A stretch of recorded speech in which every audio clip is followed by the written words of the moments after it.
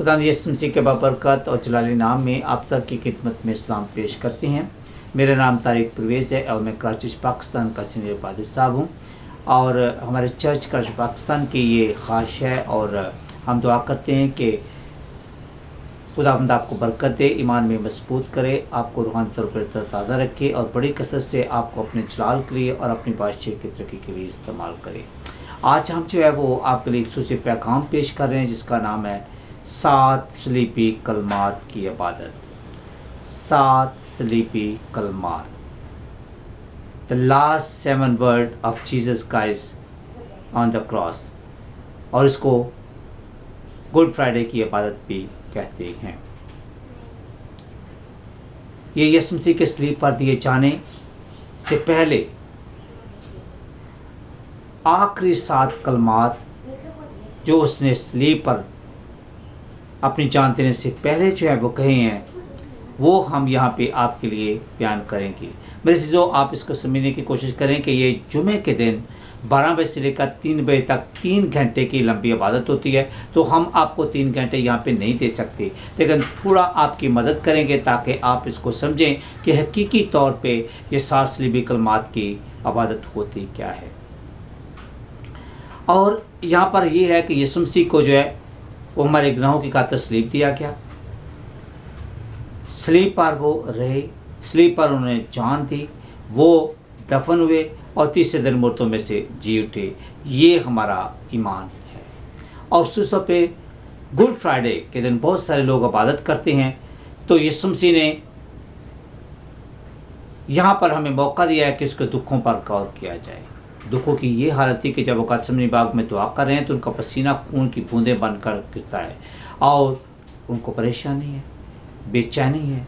एक तरफ तो ये मंजिल बहुत मुश्किल है और दूसरी तरफ इंसानों को गुनाह से निजात देना भी बहुत ज़रूरी है। और तीसरी तरफ जो है शैतान जो है वो एकदम से उनके पीछे लगा हुआ है ताकि किसी न किसी तरीके से मसला पैदा किया जाए और उनको रास्ते में रोका जाए ताकि इंसान के निजात के इस मंसूबे को वो मुकम्मल ना कर पाएँ। तो इस तरह गौर करते हैं कि ये कलमात क्या है। पहला कलमा है, ऐ बाप इनको माफ़ कर क्योंकि ये नहीं जानते कि क्या करते हैं। ये लूका की इंजील उसका 23 बाब उसकी 24 आयत से लिया गया है। Father forgive them because they do not know what are they doing. ये एक माफ़ी का कलमा है। इसमें यीशु मसीह उन तमाम मजहबी रहनुमाओं के लिए जो फ़कीह, फरीसी और सदूकी हैं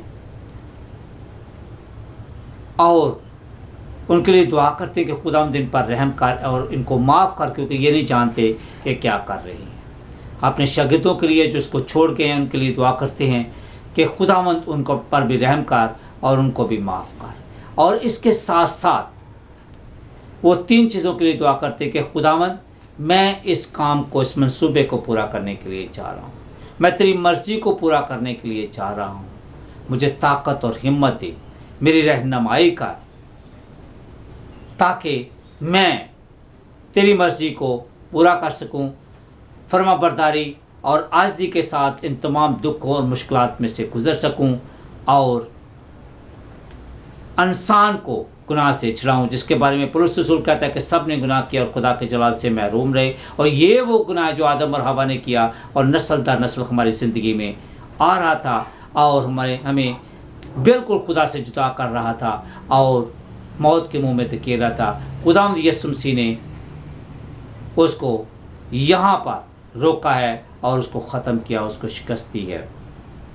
मेरे चीज़ों, इसके अलावा यीशु मसीह अपने उन तमाम लोगों के लिए दुआ करते हैं जो कल जब यरूशलेम में दाखिल हुआ है पाम संडे के मौका पर, तो उसको होशाना के नारे लगाकर इस्तकबाल कर रहे हैं और आज उसको बोल रहे हैं कि स्लीप दो, स्लीप दो, स्लीप दो। इसके साथ साथ उन लोगों के लिए जो उस पर लान तन करते हैं, जो उसको कोड़े मारते हैं, जो उसको सताते हैं और जो इस पर झूठे इल्ज़ाम लगाते हैं, उनके लिए दुआ करते हैं कि ऐ बाप इनको माफ़ कर क्योंकि ये नहीं जानते कि क्या करते हैं। यहाँ पर यीशु मसीह हमें एक माफ़ी का दर्स देते हैं कि उन्होंने हमारे बाप की इस दुआ में सिखाया कि जिस तरह हम अपने कसूरवारों को माफ़ करते हैं तो भी हमारे कसूरों में माफ़ कर। और उसने स्त्री पर लोगों को माफ़ करके दिखाया है कि ऐ बाप मेरे दुश्मनों को माफ़ कर। ऐ माँ बाप उनको माफ़ कर जो नहीं ये नहीं जानते कि क्या कर रहे हैं। और जब पतरस ने उससे पूछा है कि मेरा भाई अगर मेरे खिलाफ़ गुनाह कर तो मैं क्या करूँ, तो बोलता है कि 7 के 70 बार उसे माफ़ कर, यानी सारी उम्र उसको माफ़ कर। अगर आप 7 को 7 से ज़रब दें तो ये 490 दफ़ा बनते हैं। तो इसका मतलब है कि 490 दफ़ा खुदा कहता है कि उसे माफ़ कर।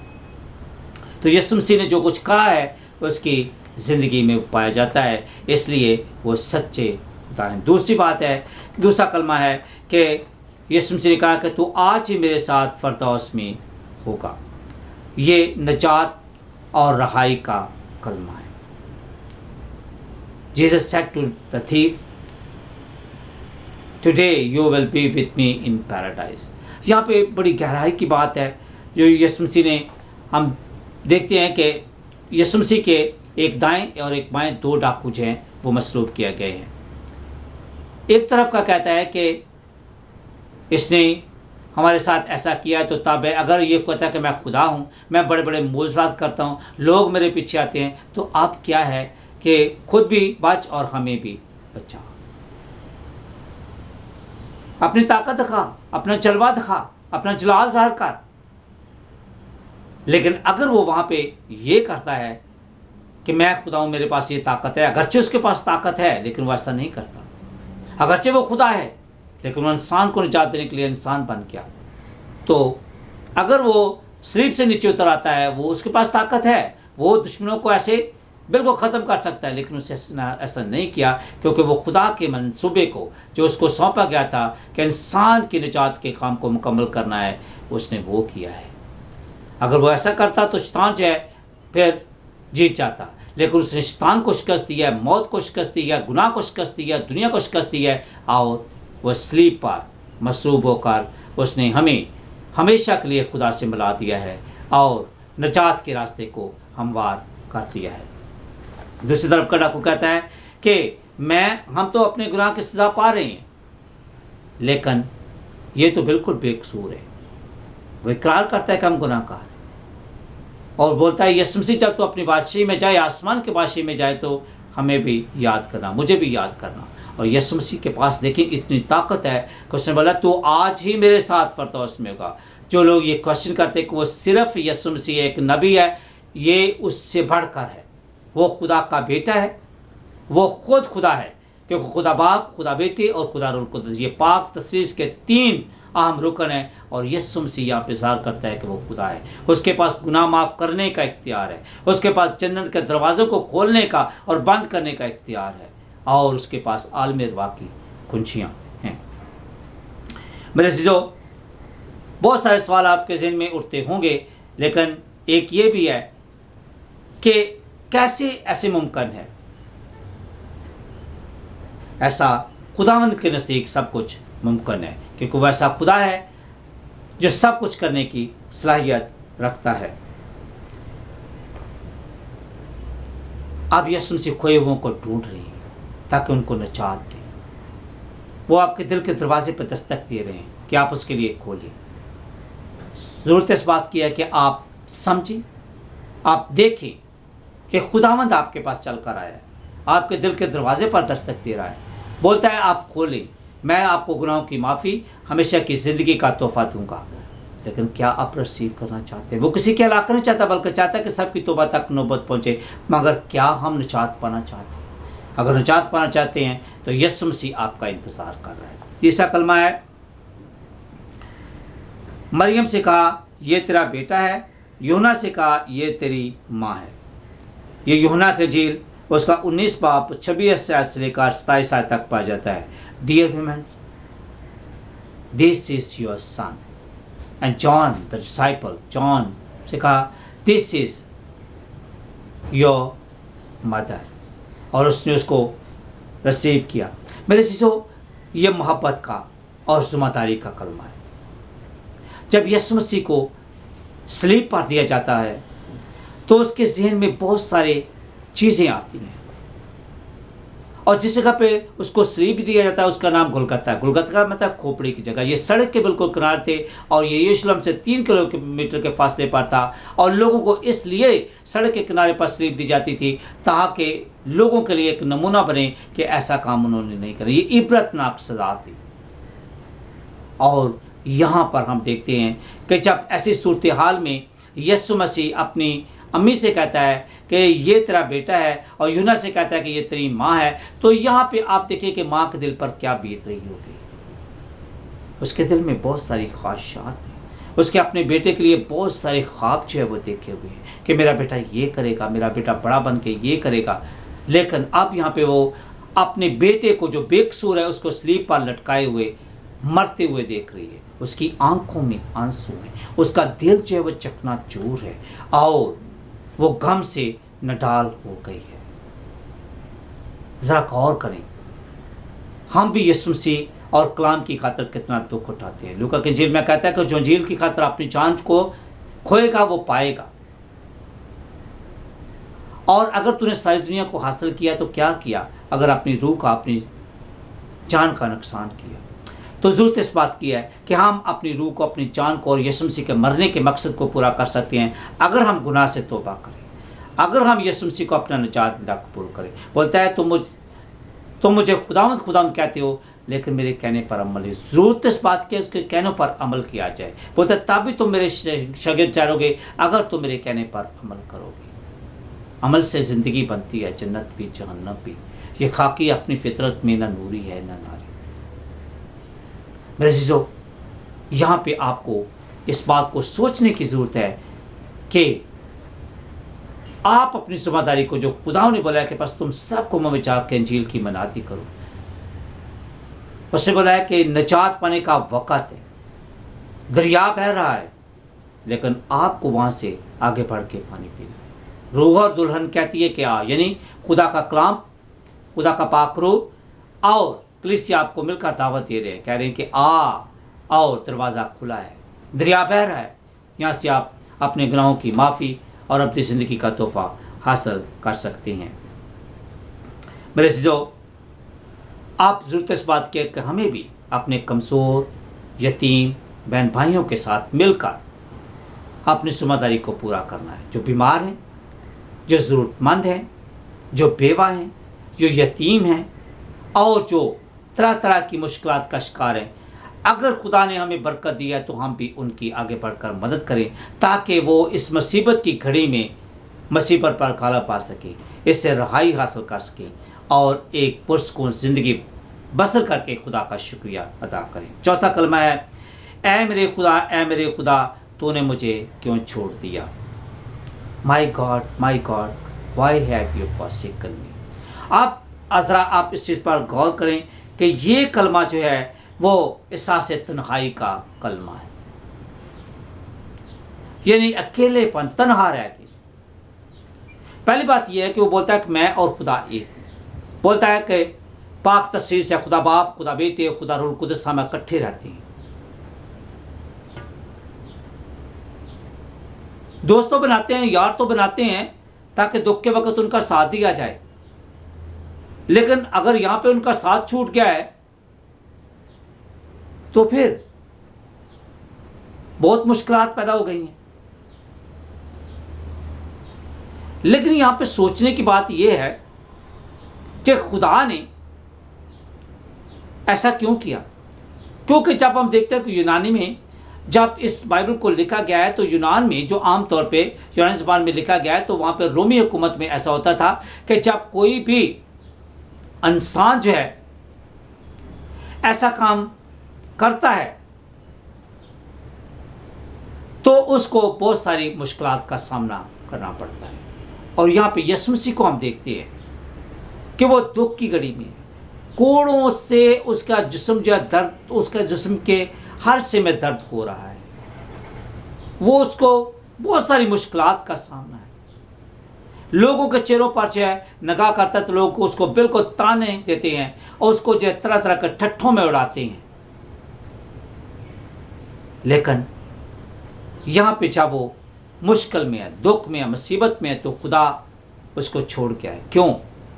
अगर आप यूहन्ना की इंजील पहला बाब उसके 29 आयत को देखें तो वहाँ पे 29 आयत को देखें तो वहाँ पे खासूसी तौर पे लिखा हुआ है। अगर आप अहबार की किताब 19 बाब में उसकी पहले 2 आयत को लिखा है, खुदा बोलता है कि पाक हूँ क्योंकि मैं पाक हूँ, be holy because I am holy. और यहाँ पे कह रहा है यूहन्ना की इंजील पहला बाब 29 आयत में लिखा है कि ये खुदा का बर्रा जो जहान के गुनाहों को उठा ले जाता है। पुराने अहदनामा में बर्रा लिया जाता था, उसके सर पर हाथ रखे जाते थे और वो कफारे का बरा होता था, अटोनमेंट का, ताकि लोग जो हैं इसे गुनाह से निजात पाएँ। अब यहाँ पे यीशु मसीह पास्कल लैम्प बन गया है और उस पर सारे गुनाह खुदा ने लाद दिए हैं और वो लेकर स्लीप पर जा रहा है और स्लीप पर जो है कुर्बान हो रहा है। तो होली गॉड जो है वो उसको वहाँ पे छू नहीं सकता, उसके साथ नहीं रह सकता, इसलिए खुदा का वहाँ पे जुदा होना बहुत ज़रूरी था। लेकिन उसके लिए ये तन्हाई बर्दाश्त करना बहुत मुश्किल है। इसलिए बोलता है, ऐ मेरे खुदा तूने मुझे क्यों छोड़ दिया। लेकिन ज़रा गौर करें, आज भी उसके अंदर एक दुख बहुत बड़ा है क्योंकि शागिर्दों ने उसे छोड़ दिया है। यहूदा अस्करियोती उसका अपना शागिर्द है, उसने उसे धोखा दिया है। और आज कितने दुनिया में मसीही हैं। अब्रानियों के खत में लिखा कि जब तुम बार बार गुनाह करते तो बार बार मुझे मसलूब करते हो। आज कितने दुनिया में ऐसे गुनाह हैं जो हमारे लोग जो वो कर रहे हैं। लोग झूठ बोलते हैं, रिश्वत लेते हैं, गलत काम करते हैं, जराइम करते हैं जिनको उनको स्टॉप करना चाहिए ताकि वो खुदा को खोजे। बोलते जब तुम बार बार गुनाह करते हो तो बार बार मुझे मसलूब करते हो। इसलिए ज़रूरत इस बात की है कि हम तौबा करें अपनी ज़िंदगी में। जो है एक मेटानोया, ग्रीक ज़बान का लफ्ज़ है मेटानोया, जिसका मतलब है अपनी ज़िंदगी में अबाउट टर्न लाएं। एक फ़ौजी को देखिए, जब वो परेड करता है तो अगर वो मशरिक़ को जा रहा है तो जब बोलते हैं कि अबाउट टर्न तो वो मगरब को चलना शुरू हो जाता है। और हमारी ज़िंदगी में 180 डिग्री जो है अबाउट टर्न होना चाहिए। अगर हम गुनाह कर रहे हैं तो तौबा करके हमें खुदा की मर्ज़ी के मुताबिक पाक साफ ज़िंदगी गुजारना चाहिए। मेरे चीज़ों, इसके अलावा जो है हम नेक्स्ट जो है देखते हैं पाँचवा कलमा जो है वो हम देखते हैं। और पाँचवा कलमा है कि मैं प्यासा हूँ, आई एम थर्स्टी। यूहन्ना 19 बाब उसके 28 आयत में ये लिखा हुआ है। यीशु मसीह ने यरूशलेम से गोलगता के मकाम तक 3 घंटे का सफ़र जो है वो तय किया और वो मुकम्मल तौर पर खुदा और मुकम्मल तौर पर इंसान है।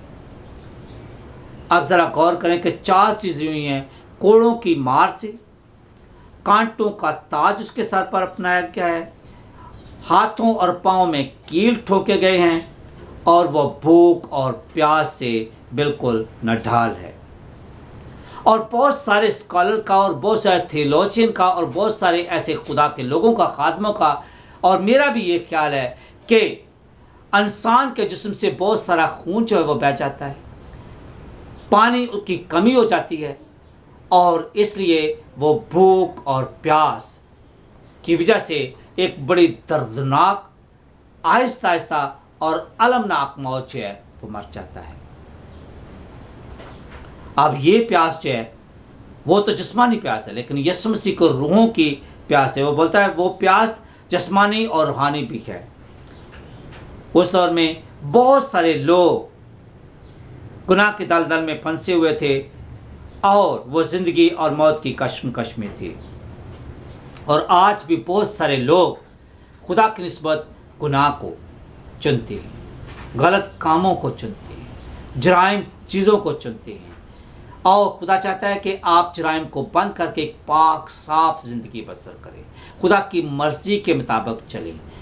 और खुदा चाहता है कि आप उसकी तरफ वापस आएँ, तौबा करें, क्योंकि वो चाहता है कि मैं किसी की हलाक करनी चाहता, बल्कि चाहता है कि सब की तौबा तक नौबत पहुँचे। खुदा के कलाम में लिखा है कि गुनाह की मजदूरी तो मौत है और गुनाहों की माफ़ी और हमेशा की ज़िंदगी का तोहफ़ा यीशु मसीह के वसीला से है। तो क्या आज हम आगे बढ़कर कहते हैं कि खुदा मैं प्यासा हूँ, मुझे वो पानी दे ताकि मैं दोबारा कभी प्यासा ना हूँ, ताकि मैं पानी का चश्मा बन जाऊँ और ताकि मैं अपनी ज़िंदगी को पा जाऊँ। 6 कलमा है तमाम हुआ, इट इज़ फिनिश।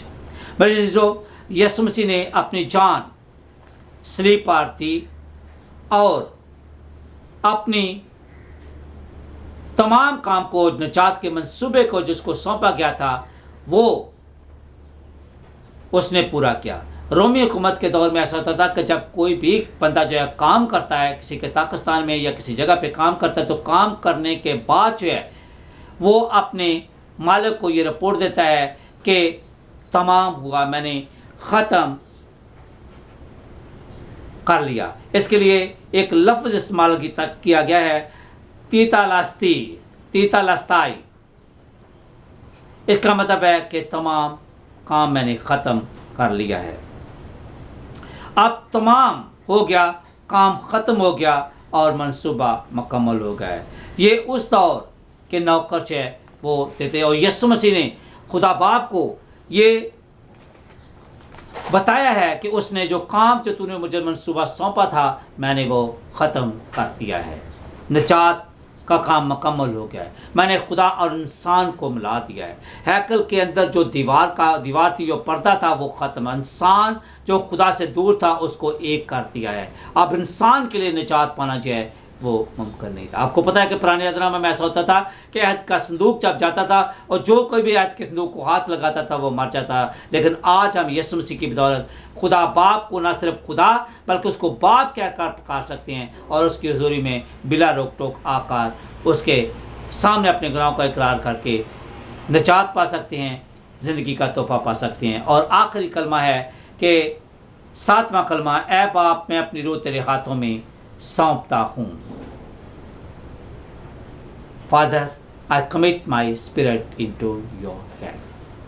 अब यहाँ पे बड़ी खूबसूरत बात है जो यीशु मसीह ने की है। यीशु मसीह सलीब पर खुद नहीं मरे और ना ही उन्होंने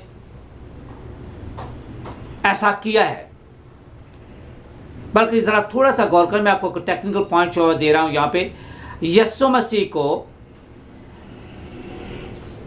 उसके जो मारने वाले थे उनके हाथों में वो आया है, लेकिन वो उसको मार नहीं सके क्योंकि वो खुदावंद है। और उसने अपनी जान सलीब पर खुद अपने बाप के हाथों में दी है। उसका भरोसा है कि खुदावंद दोबारा उसे जिंदा करेगा, और खुदावंद ने ऐसा किया भी।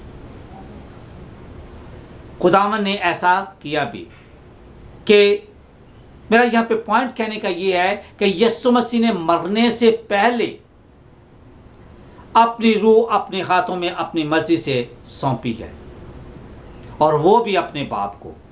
और पौलुस रसूल 1 कुरिन्थियों 15 बाब उसकी पहले ऐसे लेकर 30 आयत में कहता है कि यीशु मसीह अपने कहने के मुताबिक जो उसने पेश की है कि एक दिन वो मसरूब हुआ है, वो कब्र में रहा है और तीसरे दिन मुर्दों में से जिंदा हो गया। बहुत सारे लोग भी ये क्वेश्चन करते होंगे कि यीशु मसीह अगर खुदा है तो कैसे वो कब्र में रह सकते हैं, वो कहाँ गया था? इसका जवाब आपको पतरस के खत में मिलता है, जो बोलता है कि उसने उन रूहों में जाकर मनादी की जो पहले आलमी अरवाह में थी और कैद थी। क्योंकि जब आदम और हवा ने गुनाह किया तो जन्नत के दरवाजे पर पहरा लगा दिया गया, वहाँ पे फरिश्ते को खड़ा किया गया जिसके हाथ में 2 धारी तेज तलवार थी जो 16 जन थी, और कोई भी बंदा जो है खुदा तक रसाई नहीं कर सकता, जन्नत में दाखिल नहीं हो सकता था। इसलिए वो तमाम जो रूहें आलमी अरवाह में जाती थी। और यीशु मसीह ने कहा कि आलमी अरवाह, मुकाशफे की किताब पहले बाब में देखें तो यीशु मसीह ने कहा कि आलमी अरवाह की यानी पाताल की कुंजियाँ मेरे पास हैं, और वो उन लोगों में जाकर उन्होंने इंजील की मनादी की और उनको अपने साथ लेकर तीसरे दिन मुर्दों में से जिंदा होकर आसमान पर चले गए, और वो जिंदा खुदावंद है।